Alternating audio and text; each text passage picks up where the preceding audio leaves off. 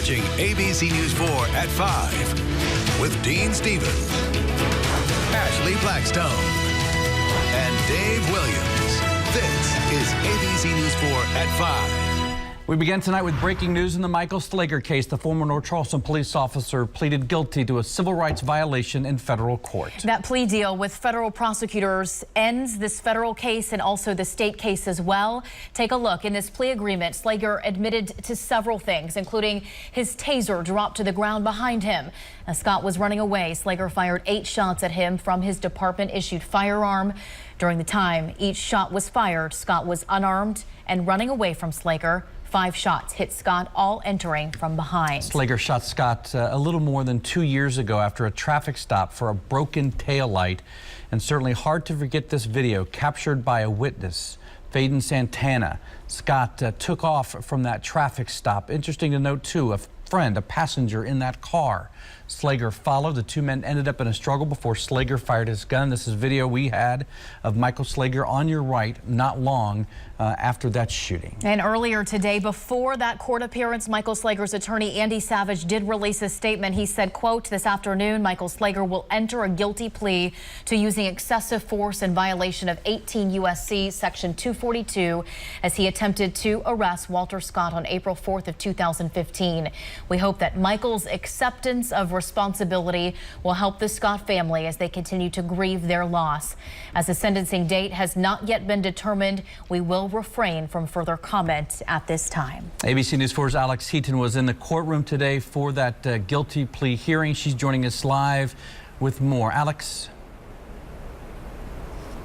Dean, Ashley, Michael Slager is in police custody right now at the Alvin Glenn Detention Center, or excuse me, Al Cannon Detention Center. He came through these gates just about an hour and a half or so ago after that hearing at 2:30. Now, all of this is after we heard late last night and into the early morning that he was going to change his plea of not guilty for that excessive force violation to guilty. And then just about 2:35 today, he approached Judge Richard Norton. He went through those lists of whether he violated his civil rights and several series of questions, whether Michael Slager knew that he was giving up certain civil or constitutional rights of his, like whether he giving up his right to appeal. Scarlett Wilson spoke afterwards to the public, and she talked about what it would mean for law enforcement moving forward. My hope is by Michael Slager standing up in court, admitting that what he did was wrong, that he knew it was wrong, that it was willful, that it was not self-defense. I hope that that will make law enforcement safer. It's the most dangerous job in the world to be a law enforcement officer here in the United States. We have to turn this around.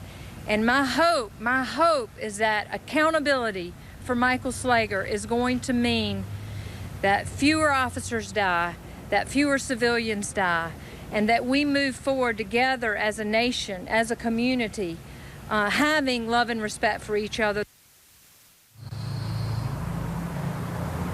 Now, inside that courtroom today, it was extremely quiet as Michael Slager said out loud, "I am changing my plea to guilty for excessive force." And about 20 minutes after that, he gave his attorney, Andy Savage, a hug and then was placed into handcuffs and walked right past the Scott family out of the courtroom. Again, very quiet in there. But as we heard from the Scott family and their representatives afterwards, they do feel like they got justice in this case. And they feel that Michael Slager just taking responsibility and standing in that courtroom today saying those words was enough for them. Working for you in downtown Charleston, Alex Heaton, ABC News 4. Alex, thank you so much. Solicitor Scarlett Wilson also released a statement after the guilty plea. She said, quote, "Today in working with the department, we found justice in a resolution that vindicates the state's interest by holding former police officer Michael Slager accountable for shooting Mr. Scott in the back when Slager knew it was wrong and illegal, as well as justice in a resolution that recognized the egregious violation of Mr. Scott's civil rights." Now that Slager has pleaded guilty to a willful violation, admitted the facts we set out to prove, and waived the right to appeal his conviction, a successive prosecution by the state is not necessary. A first look now at those courtroom sketches from earlier today. The first showing Michael Slager facing the judge with Judy Scott, Walter Scott's mother, in the bottom right-hand corner. The second this afternoon showing Michael Slager's face as he faced a judge changing his plea to guilty. Important to remind people, too, that we are not able to bring our cameras into federal court, and reason why for the sketches there. This is a live look now at the Alcan Detention Center. Just about 25 minutes ago, Michael Slager was brought into that bay, escorted out of an SUV and taken into the Alcan Detention Center, where he will be processed once again, and a mugshot will then be released. He is expected to be there within 60 to 90 days. Sentencing, he will stay there until the sentencing phase will be held in federal court. Beth Drake with the U.S. Attorney's Office said today that she would see us in the, quote, next several months for sentencing. So you can take that as she said it, whether it be 2 months or 3 months. Our continuing coverage continues this afternoon with our Bill Burr. He is getting some reaction from Walter Scott's family. Bill. Ashley, as you might expect, it's been a long couple of years here for Walter Scott's family. They've been remarkably composed during this entire time, and we haven't heard from them too often during the last couple of years, but whenever we did, they were very cautiously optimistic, I guess you could say, regarding the system. And Judy Scott often referred to her faith and her strength in God in being able to get through these proceedings here as we led up to the state trial last year and then eventually to the federal case coming up this year. Solicitor Scarlett Wilson complimented the Scott family for their grace and elegance during this time. Even she was amazed at the strength and composure that the Scott family had during this time, and she gave them a lot of credit as well for asking for peace in the streets here as we went through the legal proceedings here, as the judicial system took its place. And even last fall, when there was a disappointment with the trial, as they weren't obviously expecting for a hung jury, they were optimistic that something would take place here in the federal system, and that's indeed what took place today. First, we're going to hear now from the family's attorney and then Walter Scott's mother and brother. Okay, we had some sound from them, but it's not queued up at this point. But I can tell you that Judy Scott talked about forgiveness, and she said she forgives Michael Slager for what happened. And she said that she is going to be cautiously optimistic here for a proper punishment, whenever that comes down here in the next few months. Beth Scott, an official with the Department of Justice, also said that even though she couldn't comment too much regarding this, she and Solicitor Scarlett Wilson are confident in the federal case here and the federal judge in this, and being able to weigh all the evidence in the case and all the things that have happened here for a punishment to be handed down, where Michael Slager will have to spend a significant amount of time behind bars. We will try to get to some of that sound here from the Scott family coming up a little bit later here on ABC News 4 at 5. Dean and Ashley, back to you. All right, Bill, thank you. It's interesting kind of getting different perspective from the family during that press conference. Anthony Scott said, when asked, he said, I want him to have life in prison. When Judy Scott was asked, she said, whatever time I want, it's not going to bring my son back. Yeah, and let's talk about that, because as we've been mentioning over the course of the last 2 hours or so, is that next step in the process which will be the sentencing phase. Ryan, when can we expect, though, a sentencing date to be set? How long will that process take? The process could take 6 to 8 weeks or longer, or it could be shorter if they wanted to push it. It depends on how long the federal government's able to get their sentencing report done, and then give a chance to the defense attorneys to do their own memo as well. So that's something that the judge, David Norton, will set that date, or does he come into an agreement with the prosecution? The judge will set that date when he wants that report. And then walk our viewers through as well what will happen on that day. The family of Walter Scott will get a chance to address the judge. Address the judge. The judge will have obviously read the memo from the defense team. They will have read the sentencing report from the federal government. He will be familiar with all the evidence in the case, all the impact statements, and then he will render a verdict or render a sentence. This is something. Is this going to be a day event, a 2-day event? It just depends on, I mean, this is a very involved case. It's complex. There's a lot of moving parts, so it could be all day. It could be a few hours. Michael Slager could also speak. That is an option as well, correct? I believe so, that he has the ability to speak at this. I haven't read anything here that denies him the ability to do that. But that will be up to him and his attorney whether he wants to give a statement. How closely has the the community of lawyers been following this case? Oh, I mean, it's a very tight-knit community. The Charleston Bar, the Berkeley County Bar, you know, we run into each other on a daily basis. We talk. You know, this is what we do for a living. So we've been following this very closely in our office. I know that, as well as, you know, as a topic for discussion at dinner, happy hours with other lawyers as well. You were reviewing that guilty plea that's in front of you. It's several pages long. The big takeaway from that is you were surprised of the agreement that's being made between the state and the federal governments. Correct. This is, you know, for lack of a better term, I would say that maybe a hybrid agreement. Generally, you don't see state charges and federal charges being wrapped up all at once. Typically, you see the federal government trying a case, winning or losing, and then the state coming back to try a case. Obviously, the state tried the murder case and got a hung jury, and the federal government took over, and this kind of wraps all that up at once. Coming off of that hung jury, and you can't put yourself in Andy's shoes, but when you come off of that hung jury, feels like a win for him. He's got the momentum coming in to this federal case. If you were a guessing man, what turned the table here? I would say that the hung jury definitely turned the table. You know, I mean, his client has still pled guilty to federal charges. He still has, well, had the state charges pending because they can always bring them back, but this kind of wraps that up. He did a good job for his client. He did the best job, I think, that he could hope for with the evidence that was presented from what I saw. And I believe this is what allowed, the hung jury is what allowed the resolution and the plea agreement to move forward. Ryan Schwartz, thank you so much for your insight tonight. Greatly appreciate it. Good to see you. As always, you can follow the latest on this developing story on our ABC News 4 mobile app. We've been on the air for the last several hours letting you know the very latest. And of course, we were the first to let you know about Slager's guilty plea through a push alert that was sent out earlier today. If you do not have the app, now, of course, the perfect time to download it so you can learn more about breaking news updates the moments they come into our newsroom. That app, of course, free to download right now for Apple and also Android devices. And you're watching ABC News 4 at 5. There's much more to come tonight, including continuing team coverage from downtown Charleston after Michael Slager's guilty plea. We'll also take a look at that forecast. We're back after this. Welcome back, everybody. If you're just joining us at this hour, about 2 hours ago, we went on the air to let you know that Michael Slager pleaded guilty in federal court to one civil rights charge in the shooting death of Walter Scott. Today, we have heard from Walter Scott's family. We've also heard from his family's attorney. We have heard from defense attorneys who have been following this case very closely. This is a case that opened up in April of 2015 when Walter Scott was pulled over by Michael Slager, a North Charleston police officer, for a broken taillight.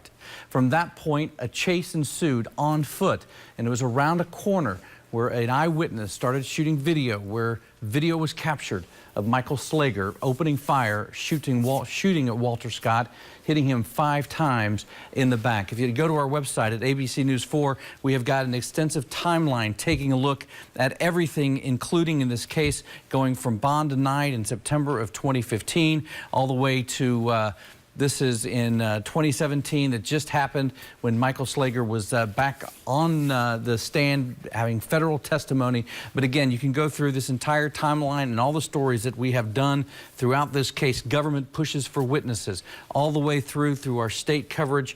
The interesting part about this story today, if you have just joined us, the state has agreed to drop all of the state charges. That trial ended in a hung jury back in January. Michael Slager has been on house arrest ever since. We do know that he has been booked now into the Al Cannon Detention Center. Let's turn our attention right now, go back to the news desk. All right, Dean, thank you for that. We appreciate it. Again, that's on our website, abcnews4.com. That timeline is. We want to send things out now to Caroline Balchunas. She is joining us as we continue our team coverage tonight of this breaking, developing story. Caroline? Ashley, it took a lot of people to push this case to where it is today, and it would be remiss not to mention the activists. The activists played a major, important role in the call for justice. They've been calling for justice basically since day one. Walter Scott's brother, Anthony Scott, specifically thanked Elder James Johnson, the leader of the state National Action Network. He thanked him for being there from day one when all of this was starting to unfold. And over the past 2 years, members with NAN have been holding rallies, calling for justice. They've really been a mouthpiece in urging law enforcement to implement policy and changes directly stemming from this case. Reverend Nelson B. Rivers III, he spoke today at the press conference earlier. He says they are pleased that someone has finally been held accountable. Today's guilty plea in federal court by the former North Charleston police officer Michael Slager for violating the civil rights of Mr. Walter Scott by shooting him 5 times in the back is a major victory for justice, for civil rights, for this family, for the National Action Network, and the entire civil rights community. We stand with the family of Walter Scott as they announce their satisfaction that finally justice has been served.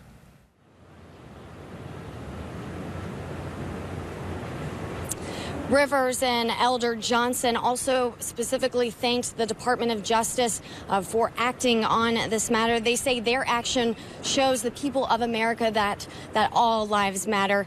And Johnson says he hopes Slager will get a just sentence and hopes the attitudes within the community will stem because of this particular case. Reporting live from downtown Charleston, I'm Caroline Balchunas. All right, Caroline, thank you. Of course, we've been following the story from day one. You can find links on our coverage at abcnews4.com. We'll also have a poll on our website. We want to know what you think. Should Michael Slager receive the maximum sentence? That is life in prison. You can vote right now on our website, abcnews4.com. We're back after this. ABC News 4 First Warning Weather with Chief Meteorologist Dave Williams. We got some beneficial rain from those thunderstorms last night. The front pushed off the coast and we ended up with a gorgeous day today. Not as breezy. I know there were still some wind gusts out there, lower humidity, and we're going to see that gorgeous weather continuing for now, at least through tomorrow. But then as we go from Thursday into Friday, we've got a storm system coming our way. That's going to bring a cool down. We're only going to see highs in the 70s starting Friday, and that'll continue right on through the weekend. Look at this bright beach sunrise we had this morning, sent in to us by Austin Bond. I'll come over here. This was at Litchfield Beach, and look at those rays of sunshine just above that thin cloud layer reflecting off the ocean. Beautiful shot. Thanks for sending it in, Austin. If you've got some pictures, please share them with us. We'd love to see them. Maybe you're headed out to the River Dogs game tonight. Take some weather pictures. If you're headed out there, first pitch 7:05 this evening. We're looking at temperatures around 74 degrees, bright sunshine, westerly winds blowing around 6 miles an hour. Now, I mentioned that cool down coming. Look at this, only a high of 73 degrees on Saturday. And we're going to be looking at a mixture of sun and clouds. Sunday, mostly sunny skies, 78, so a touch cool for this time of the year, but not cold, just a little cooler. Right now, we've got most of the temperatures in the 80s across South Carolina. Parts of the Midlands and the upstate looking at the mid and upper 70s. Here are the wind gusts right now, and I mentioned a few wind gusts. 20 miles an hour right now in Charleston, 16-mile-an-hour wind gusts in Beaufort, but nothing like those 30 and 40-mile-an-hour wind gusts we were seeing yesterday. This is also nice and quiet. Live first warning, Doppler radar not picking up any raindrops whatsoever. It's all dry. We've got cooler air that's built in and much less humid air on the backside of that cold front, which is now way out in the Atlantic Ocean. And things are pretty quiet for right now, but that will change as a storm system pulls out of the plains here and makes its way across the country. Here's how Futurecast sees it. And right now, there's not a storm system, but there's some energy from Salt Lake on over toward Denver. As that moves out of the Rockies into the plains, we'll start to see that storm system forming in Texas and Oklahoma on Wednesday morning. Then that storm system really intensifies tomorrow afternoon and headed toward Thursday. This is 1 o'clock in the morning. We're still nice and dry on Thursday in the morning, but later in the day, we've got to watch those showers and thunderstorms, which could roll in late in the afternoon on into the evening, especially overnight into Friday morning. As far as your forecast overnight tonight, clear, calm, and a little cooler with a low of 57. Then tomorrow, 84, lots of sunshine, a very nice Wednesday. And a look at your 7-day forecast does have a gorgeous Wednesday. That rain, as we saw, very late Thursday, especially overnight into Friday. Cooler temperatures arrive on Friday, and they'll stick around into the weekend. Only 70s for highs, and headed toward next week, we'll get closer to average with highs right up around 80. Dean and Ashley. Hey, Dave, thank you. Our continuing coverage of Michael Slager's guilty plea continuing tonight at 5:30. We do have team coverage, our live reports coming up. But first, it is time to salute a hero. Senior Airman Menebri Helarasi is assigned to the 628th Comptroller Squadron as a financial management technician. She was born in Ethiopia, sent to the U.S. by her parents with her older sister at age 11. We thank you for your service. If you'd like us to recognize a military hero, past or present, go to our website at abcnews4.com. ABC News 4 at 5 starts now. Michael Slager is officially in jail tonight. He was booked in at 4:50 p.m., a little more than 2 hours after pleading guilty in federal court. And our Alex Heaton was in the courtroom for that hearing today, as well as the guilty plea. She is live downtown with the very latest here at 5:30. Alex? Dean, Ashley, as you know, this guilty plea came a change in the plea. Michael Slager had previously pleaded not guilty to this excessive force charge against him. Now, in this hearing today, it was just about 30 minutes, started just after 2:30. Michael Slager was asked a series of questions by Judge Norton about if he understood the plea, if he understood what it meant to change his plea from not guilty to guilty. And he said to the judge, yes, I understand. I'm changing my plea from guilty for this excessive force claim or charge against him. And it was incredibly quiet in the courtroom when he said that today. Now, after this hearing, he was put into cuffs in the courtroom and walked right past the Scott family before he was taken to jail. The Scott family spoke afterwards about this being enough, him taking responsibility. They're not quite worried about the sentence, which we know will be handed down later. And we do know that Judge Norton has a range in this sentence. The U.S. government has suggested a 3-level reduction in that sentence, but Judge Norton has the discretion to go higher or lower with that sentence. But again, that could be several weeks down the road before we even know what that sentence is. We spoke briefly with defense attorney Andy Savage afterwards. Here's what he had to say. I think it's best just to leave it as it is today. This is a day for the Scott family and for the government, and we'll have more to say as we get down the road, but this just isn't the day to do that. Now, I want to go back to this plea. In this plea, by pleading guilty, Michael Slager admits to willfully or intentionally shooting Walter Scott in the back 5 times, a little more than 2 years ago. With this plea, he has waived his right to appeal, so this conviction will stand. He does, however, retain the right to appeal his sentence whenever that is handed down. And we also know, most importantly, that the state charges against Michael Slager will be dismissed with this plea deal. Scarlett Wilson spoke afterwards, and she said that this was a great day to get justice for the Scott family, and she cherishes the friendship that she has made with them, and that the Charleston community should look to the Scott family for an example of how to lead life with grace and dignity. Working for you in downtown Charleston, Alex Heaton, ABC News 4. Alex, we appreciate your coverage. Thank you. And we have, of course, been following this story every step of the way for the last 2 years, on air, online, and through our ABC News 4 app. We were the first to let you know about Slager's guilty plea when we sent out an alert through that app this morning saying it was expected. If you don't have the app, now, of course, the perfect time to download it so you can learn about breaking news and updates as they come in. That app is free to download for Apple and Android devices. All right, let's move away from the news of the day and talk about the weather of the day. Chief Meteorologist Dave Williams joining us with a pretty good looking forecast. Yep, we got that rain yesterday. It's long gone. Now it's much less humid, but the rain from last week actually caused some problems, and we're still seeing that on the Edisto River and the Santee River, both in minor flood stage and both currently falling. 11.9 feet on the Edisto River, 13 feet on the Santee River, and the Santee River holding pretty steady, but both in the minor flood stage, and will stay dry through the day tomorrow. Later this week, It looks like we're going to see some more rain. So as we head through the day, Wednesday into Thursday, 4 p.m. still dry, but watch what happens after this. Thursday into Friday, looks like we'll see some scattered showers and thunderstorms, possibly an inch or more of rain. And our current rain deficit is 1.2 inches. So a little bit of rain is good. A lot of rain is not so good. 82 degrees outside right now. Skycam 4 network showing nothing but beautiful bright sunshine. And that's pretty much what we're going to see through the day tomorrow. Another gorgeous day on tap.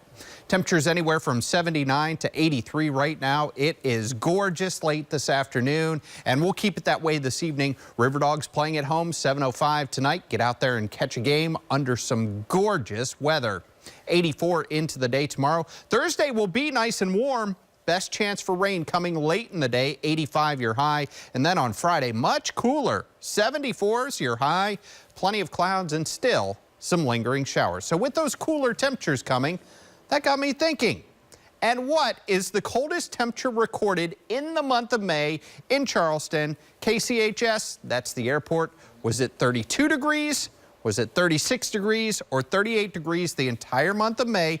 Coldest temperature we've ever seen. Get your answer coming up to that in just a little bit. And we'll get you a full peek at the 7-day forecast. It's only a few minutes away. Looking forward to it. Dave, thank you. New at 5:30 in the hot seat on Capitol Hill. The head of United Airlines grilled for hours after the shocking incident last month where a doctor was dragged off a plane.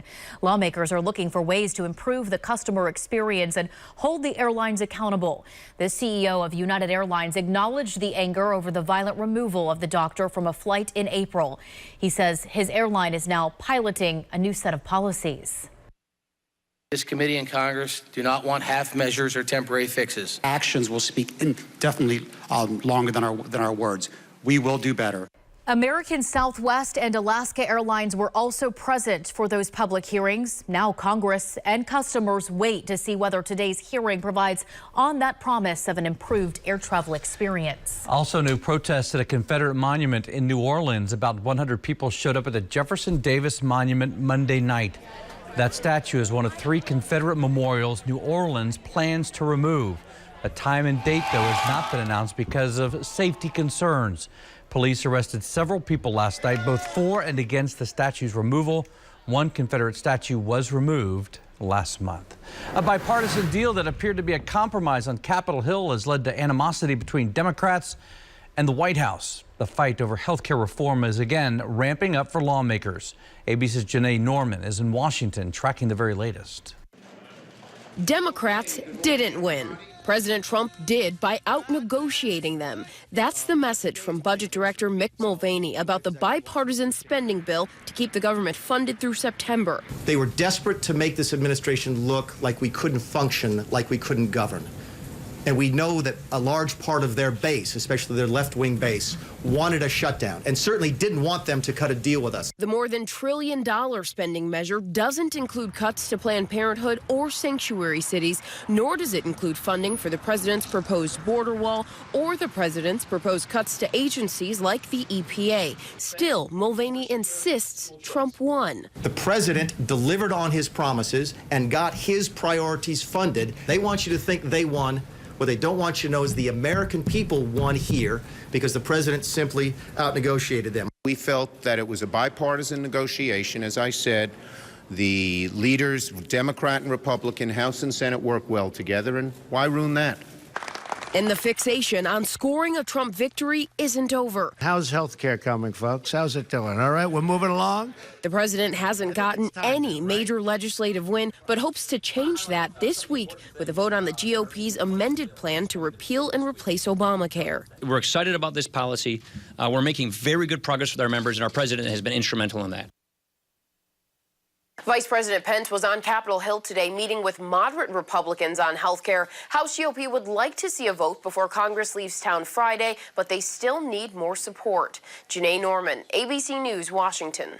Janae, thank you. And our sister station in Washington is holding a discussion on President Trump's first 100 days in office. It begins at 7 o'clock tonight. A panel will discuss the president's accomplishments, his failures. Topics will include health care, immigration, and the Supreme Court. You can join the discussion on our website, abcnews4.com. We'll be right back. You're watching ABC News 4 at 5.